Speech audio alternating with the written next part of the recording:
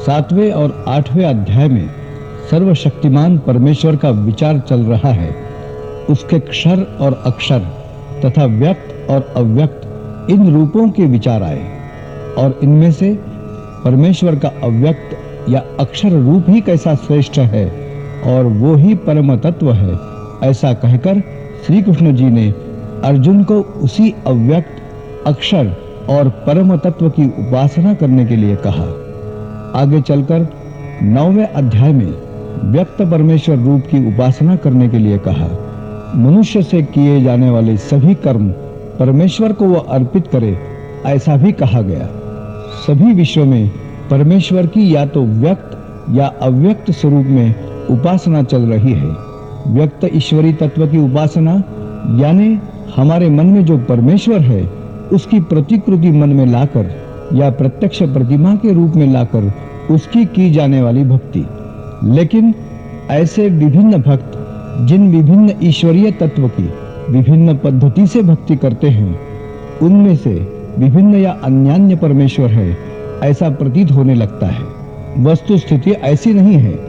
ऐसे विभिन्न रूपों की भक्ति करते समय लोगों को चाहिए कि इन सभी व्यक्त या अव्यक्त उनके मन में स्थित ईश्वरीय रूपों के पीछे जो तत्व है वो है सर्वशक्तिमान, सर्वव्यापी, अनादि, अनंत, अरूप, एकमेवैसी परमेश्वरीय शक्ति।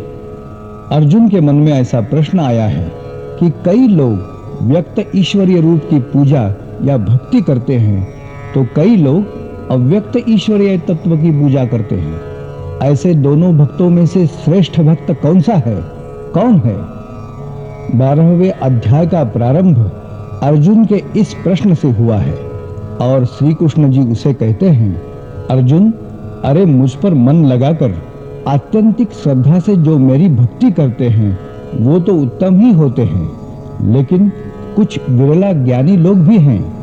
वो प्रत्यक्ष ज्ञानेंद्रियों से जिसका ज्ञान असंभव है, ऐसे अव्यक्त, अचिंत्य और सभी का आदिम कारण ऐसे ब्रह्म की उपासना करते हैं। उनका इंद्रियों पर नियंत्रण है, उनकी बुद्धि सर्वत्र समान है। ऐसे वो ज्ञानी लोग आखिर मुझ में ही समा जाते हैं। ईश्वर के व्यक्त रूप की अपेक्षा अव्यक्त रूप का चिंतन या उपासना मार्ग अधिक कष्टकारक है, परंतु जो लोग कर्म संन्यास करके मुझ में संपूर्ण एक होकर अनन्य भाव से मेरा ध्यान करते हैं, उनका इस मृत्युमय विश्व से मैं ही उद्धार करता हूँ। अर्जुन, तू अपनी बुद्धि मुझ में स्थिर कर, अपना मन मुझ में ही रख। इस मन को स्थिर रखने के लिए सतत अभ्यास होना चाहिए। अगर यह संभव नहीं है तो जो कर्म करोगे वो मुझ में ही समर्पण कर, और अगर ये भी संभव नहीं है तो कर्म योग का आश्रय करके धीरे धीरे प्रयत्न से मन पर नियंत्रण रख। कर्म के फलों की अभिलाषा छोड़कर रहने का प्रयास कर। अभ्यास की अपेक्षा ज्ञान श्रेष्ठ है। ज्ञान से चिंतन और चिंतन की अपेक्षा कर्म फल का त्याग श्रेष्ठ है। ऐसे ही व्यक्ति को शांति मिलती है। जिसे ऐसी स्थिति प्राप्त हुई है वह व्यक्ति कैसी होती है, इसके बारे में भगवान कहते हैं, वो किसी का द्वेष नहीं करता, सभी लोगों से वह मित्र भावना से बर्ताव करता है।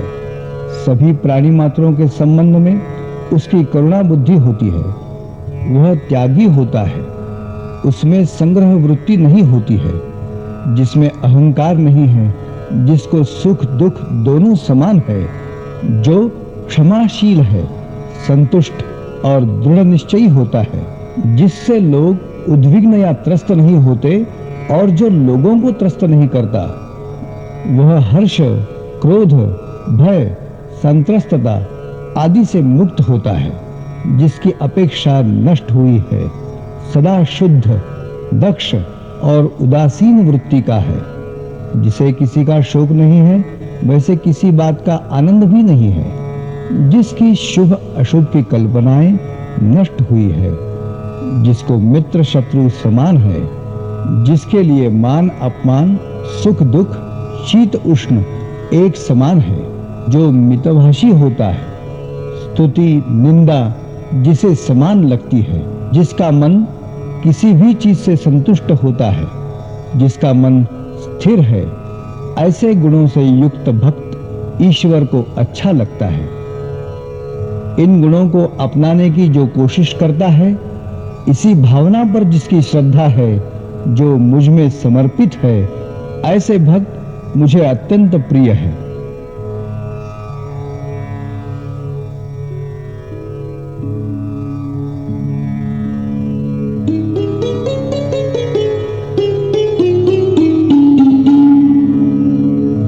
अर्जुन उवाच एवं सततयुक्ता ये भक्तास्त्वां पर्युपासते ये चाप्यक्षरमव्यक्तं तेषां के योगवित्तमाः। श्रीभगवानुवाच मय्यावेश्य मनो ये मां नित्ययुक्ता उपासते श्रद्धया परयोपेताः ते मे युक्ततमा मताः। ये त्वक्षरमनिर्देश्यम् अव्यक्तं पर्युपासते सर्वत्र गमचिन्त्यं च कूटस्थमचलं ध्रुवम्। संनियम्येन्द्रियग्रामौ सर्वत्र समबुद्धयः ते प्राप्नुवन्ति मामेव सर्वभूतहिते रताः। क्लेशोऽधिकतरस्तेषाम् अव्यक्तासक्तचेतसाम् अव्यक्ता हि गतिर्दुःखम् देहवद्भिरवाप्यते।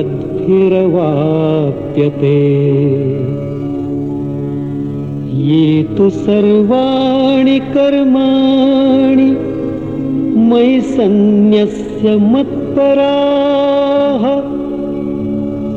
अनन्येनैव योगेन मां ध्यायन्त उपासते तेषामहं समुद्धर्ता मृत्युसंसारसागरात् भवामि न चिरात् पार्थ मय्यावेशितचेतसाम्।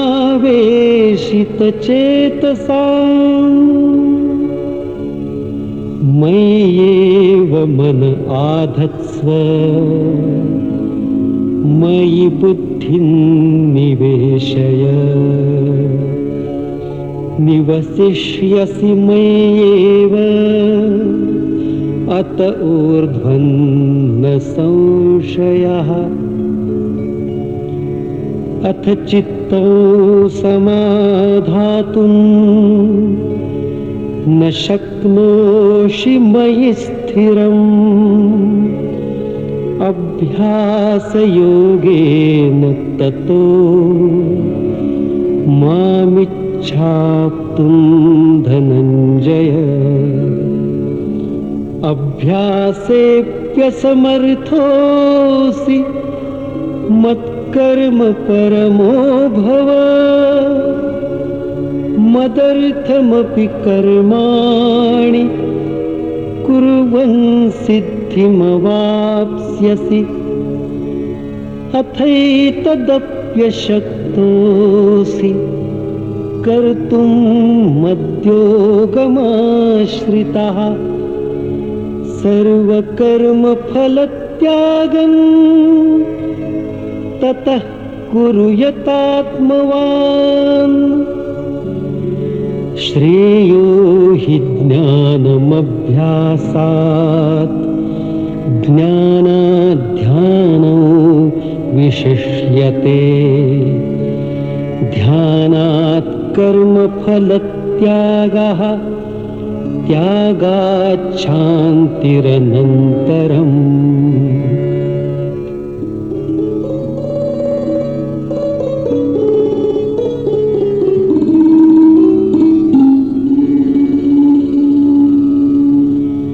अद्वेष्टा सर्वभूतानां मैत्रः करुण एव च निर्ममो निरहङ्कारः समदुःखसुखः क्षमे सन्तुष्टः सततं योगी यतात्मा दृढनिश्चयः मय्यर्पितमनो बुद्धिः यो मद्भक्तः स मे प्रियः यस्मान्नो द्विजते लोको लोकान्नो द्विजते च यः हर्षामर्षभयोद्वेगैः मुक्तो यः स च मे प्रियः अनपेक्षः शुचिर्दक्ष उदासीनो गतव्यथः सर्वारम्भपरित्यागी यो मद्भक्तः स मे प्रियः यो न हृष्यति न द्वेष्टि न शोचति न काङ्क्षति शुभाशुभपरित्यागी भक्तिमान् यः स मे प्रियः समः शत्रौ च मित्रे च तथा मानापमानयोः शीतोष्णसुखदुःखेषु समः सङ्गविवर्जितः तुल्यनिन्दास्तुतिः मौनी सन्तुष्टो येन केनचित् अनिकेतस्थिरमतिः भक्तिमान् मे प्रियो नरः ये तु धर्म्यामृतमिदं यथोक्तं पर्युपासते श्रद्दधाना मत्परमा भक्तास्तेतीव मे प्रियाः। ॐ तत्सदिति श्रीमद्भगवद्गीतासु उपनिषत्सु ब्रह्मविद्यायां योगशास्त्रे श्रीकृष्णार्जुनसंवादे भक्तियोगो नाम 12 श्रीकृष्णार्पणमस्तु।